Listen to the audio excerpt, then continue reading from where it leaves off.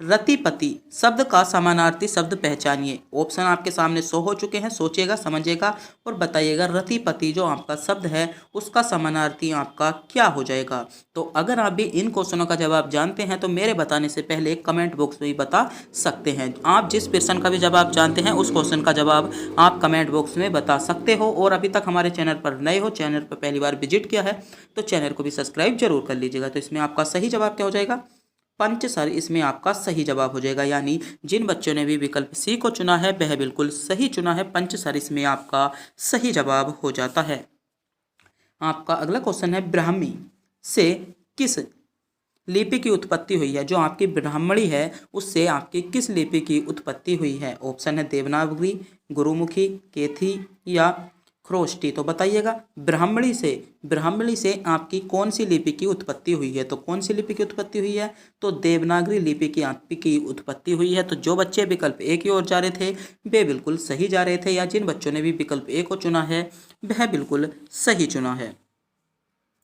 आपका अगला क्वेश्चन है, लोग आजीवक टट्टुट की तरह जूते रहे हैं टट्टुट शब्द का बहुवचन बताइएगा। इसमें से आपको जो टट्टू शब्द है उसका बहुवचन आपका क्या हो जाएगा? तो सोचेगा, समझेगा और बहुवचन आपको बताना है, पहचानिएगा इसमें क्या हो जाएगा।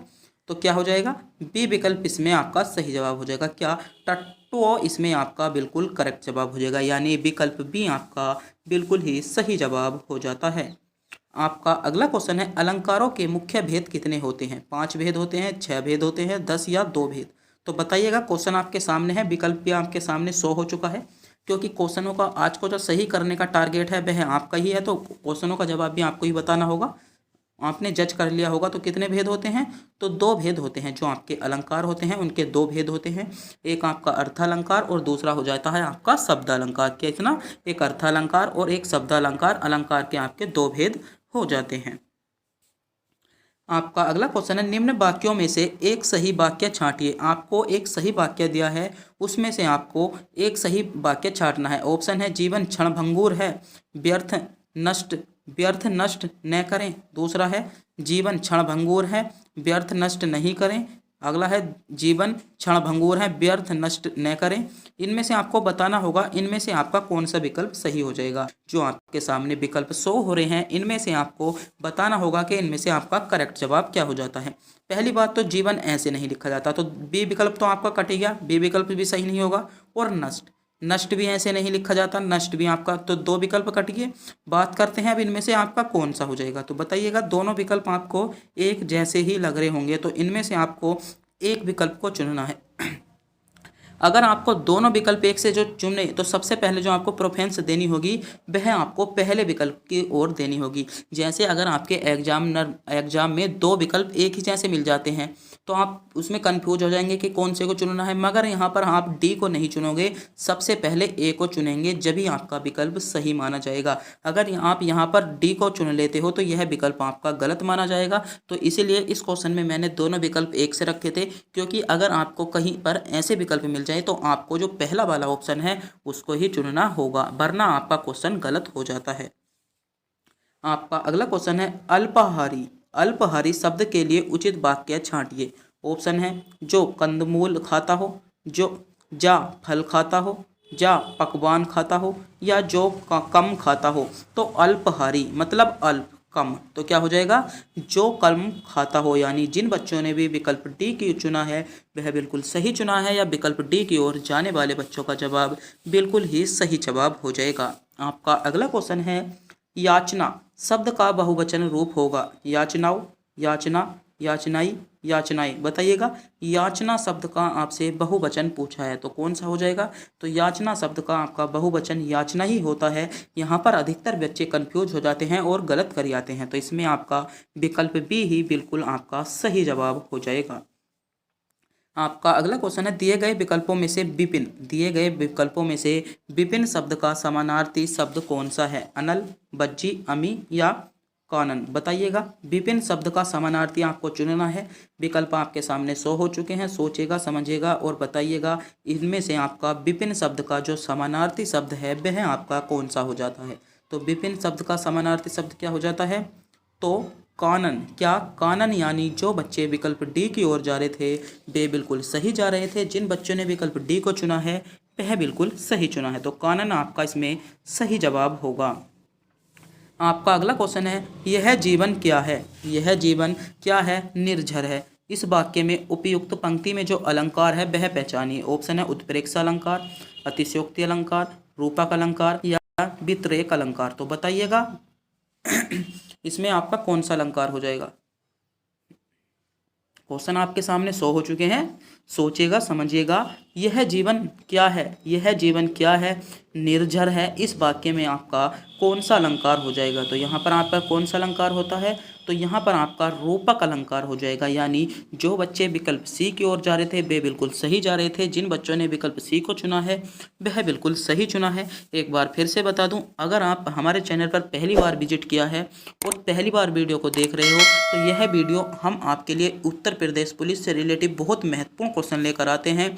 अगर आपने चैनल को सब्सक्राइब नहीं किया, चैनल को सब्सक्राइब कर लिए, क्योंकि बाद में आप चूक जाओगे। क्योंकि जो हमारी आने वाली वीडियो का नोटिफिकेशन आपको सबसे पहले मिलेगा अगर आप हमारे चैनल को सब्सक्राइब करके बेल आइकन को ऑन कर लेते हो, वरना आप वीडियो देखने में थोड़े से लेट हो जाते हो।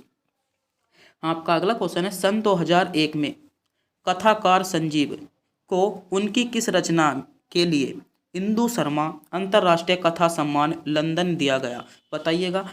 आपसे क्वेश्चन में पूछा है कथाकार जो संजीव थे उन्हें 2001 में, कब, 2001 में उनकी कौन सी ऐसी रचना थी जिसके लिए उन्हें इंदु शर्मा अंतर्राष्ट्रीय सम्मान पुरस्कार लंदन में दिया गया था। तो बताइएगा उनकी ऐसी कौन सी रचना थी जिनके लिए उन्हें पुरस्कार मिला था। तो विकल्प आपके सामने 100 हो चुके हैं, सोचिएगा समझिएगा, बताइएगा कौन सी रचना थी।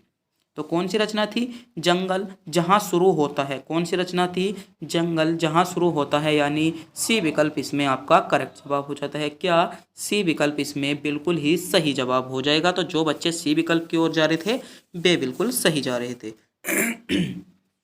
आपका अगला क्वेश्चन है, निम्नलिखित विकल्पों में से एक सही वाक्य है उसको छांटिए। विकल्प आपके सामने 100 हो चुके हैं, सोचिएगा समझिएगा पढ़िएगा ध्यान से।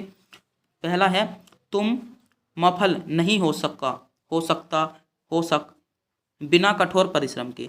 इसमें आता तुम सफल नहीं हो सकते बिना कठोर परिश्रम के। तो एक विकल्प तो आपका गलत हो जाएगा। बिना कड़ी परिश्रम किए तुम सफल नहीं हो सकते, बिना कड़ी परिश्रम किए तुम सफल नहीं हो सकते है। तीसरा है, कठिन परिश्रम के बिना तुम सफल नहीं हो सकते। चौथा है, बिना कठोर परिश्रम किए तुम सफल नहीं होगे। तो पहला तो आपका गलत हो गया।